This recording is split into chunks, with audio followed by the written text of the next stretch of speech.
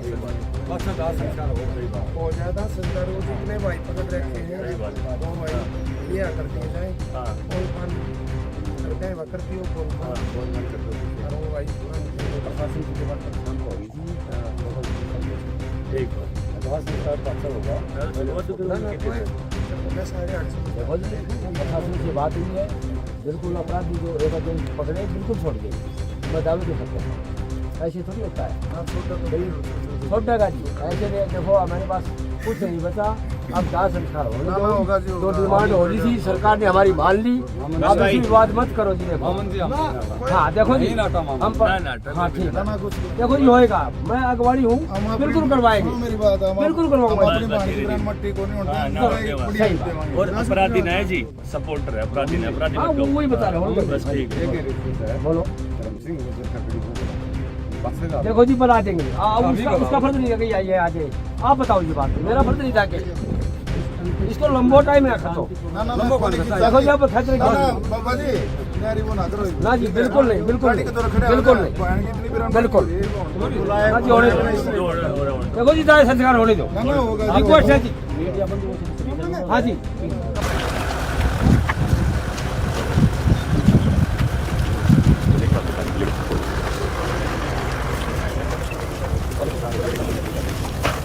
देखिए देश की बदकिस्मती है ऐसे कांड होना और बहुत दुखदाई है जो भी हुआ है लेकिन चलो संस्कार तो हो गया लेकिन हम उम्मीद करते हैं सरकार से कि इस बेटी को न्याय मिले और इसकी जो जांच सीबीआई जांच तो दे दी है लेकिन वो निष्पक्ष जांच हो। और दूसरा हम इसके साथ ये भी कहना चाहेंगे कि इस आंदोलन में बहुत से लोगों को गिरफ्तार किया है बहुत से लोगों को पकड़ा गया है उनको तुरंत रिहा कर दिया जाए और अगर कहीं कोई मुकदमा दर्ज है वो मुकदमा भी वापस ले लिया जाए। और ये मामला बड़ा लंबा चला प्रधान जी आपका आंकलन क्या कहता है? देखिए आंकलन तो ये है कि अगर पुलिस इसको पहले दिन ही जिस दिन करे हैं सुसाइड नोट मिला था या इसको तत्परता से इसको इसमें दिखाती इसको सुलटाती तो यहाँ तक नौबत नहीं आनी थी। तो पूरा जो समाज है उसको डाउट ये है कि पुलिस किसी मुजरिम को बचा रही है और फिर दूसरे डॉक्टरों पे भी ये शक चला गया कि डॉक्टर भी कहीं ना कहीं जो है वो बात को छुपा रहे हैं। तो उस शक का जो था उसमें आंदोलन फिर बढ़ता गया टाइम लगा लेकिन लास्ट में आके जो फैसला लिया है सीबीआई से जांच कराने का और एमएस से पोस्टमार्टम करवाने का उससे आमतौर पे जनता संतुष्ट है।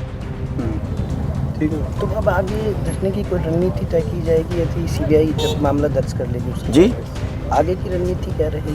नहीं आगे की रणनीति तो अब सीबीआई को देखनी है। हमारी एक चेतावनी है कि सरकार कहीं ये सोच के कि हाँ मामला तो ख़त्म हो गया है और फिर कोई असली मुजरिम को कोई वहाँ से भी दबाने की कोशिश करे तो ये समाज यहीं है दोबारा से फिर खड़ा हो सकता है। इसलिए इंसाफ चाहिए। वो गलत नहीं मांग रहे किसी पे गलत कोई कार्रवाई हो कोई नजायज़ फंसे ये किसी की इच्छा नहीं है लेकिन जो असलियत है वो सामने आनी चाहिए और मुजरिम कोई भी है चाहे वो पावरफुल है चाहे वो नॉर्मल है उसको फिर सज़ा जो है वो मिलनी ही चाहिए। ठीक है जी धन्यवाद। बिल्कुल साथ वाले गाँव की लड़की है और बहन बेटी है तो उस लिहाज से आना बनता है मेरा। सरकार की बहुत अच्छी पहल है। सरकार भी यही चाहती है कि निष्पक्ष जांच हो और लोगों की संतुष्टि हो।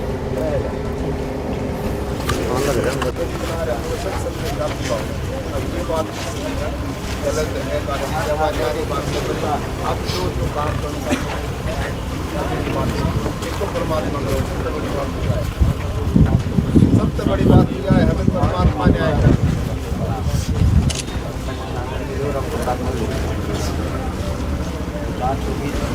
सरकार तो न्याय करे ना करे पर परमात्मा न्याय जरूर करे उसकी भावना है उसका जो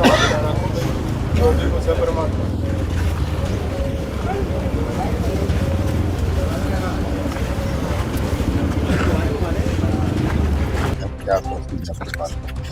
पहले तो सबसे पहले उस बेटे को अश्रुपूर्ण विदाई देते हैं हम सब मिलकर के। और जन भावनाओं के अनुसार और परिवार की भावनाओं के अनुसार उन्हें लग रहा था कि कुछ गलत हुआ, तो सरकार ने उन बातों को समझा और सरकार ने ये स्वीकार किया कि जन भावना सर्वोपरि है। इसलिए उन्होंने सीबीआई की जो जांच की मांग थी उसको भी स्वीकार किया और एम्स में बहन का तीसरी बार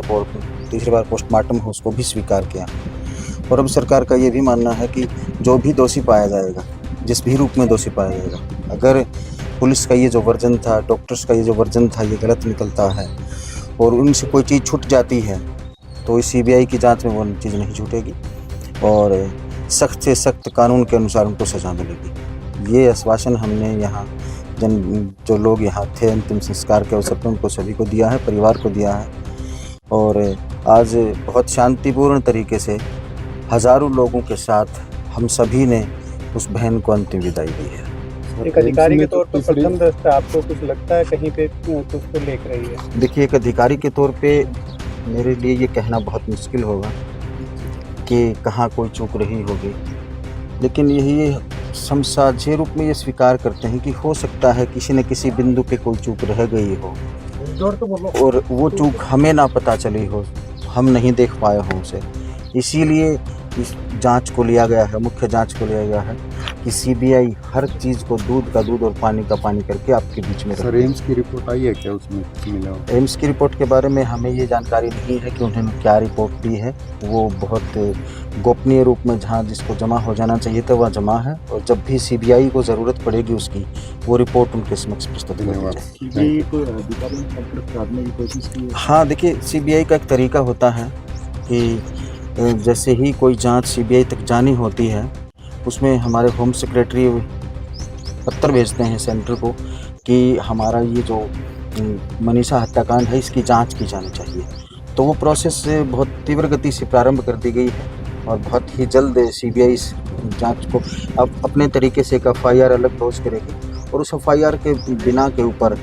जांच के हर बिंदु को शामिल करते हुए बहुत ही जल्दी इस केस में बहन मनीषा को और पूरे परिवार को और पूरे क्षेत्र को न्याय मिलेगा। मुझे एक चीज़ और कहनी है कि हम अक्सर देखते आ रहे थे कि समाज में संवेदनाओं की कमी पड़ चुकी है, लेकिन मनीषा जाते जाते एक काम तो कर ही गई है कि सारे समाज की जन भावनाएं केवल एक स्वर में ये थी कि मनीषा को न्याय मिले। इसका मतलब यही कि हम गलती पे हैं नहीं है अलग होता है, किसी की छोटी मोटी गलतियां रही हैं वो अलग होता है, लेकिन समाज में संवेदनशीलता मौजूद है, समाज में मानवता मौजूद है, समाज में इंसानियत मौजूद है। तो ये हमारे समाज का एक उजला पक्ष भी रहा है, लेकिन एक पक्ष ऐसा भी रहा कि समाज में जब आंदोलन जब चल रहे हों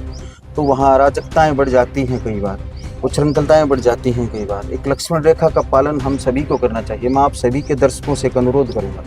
हमारे क्षेत्र के लोगों से भी एक अनुरोध करूँगा, हरियाणा प्रदेश, राजस्थान या पूरे भारत के साथियों से एक अनुरोध करूँगा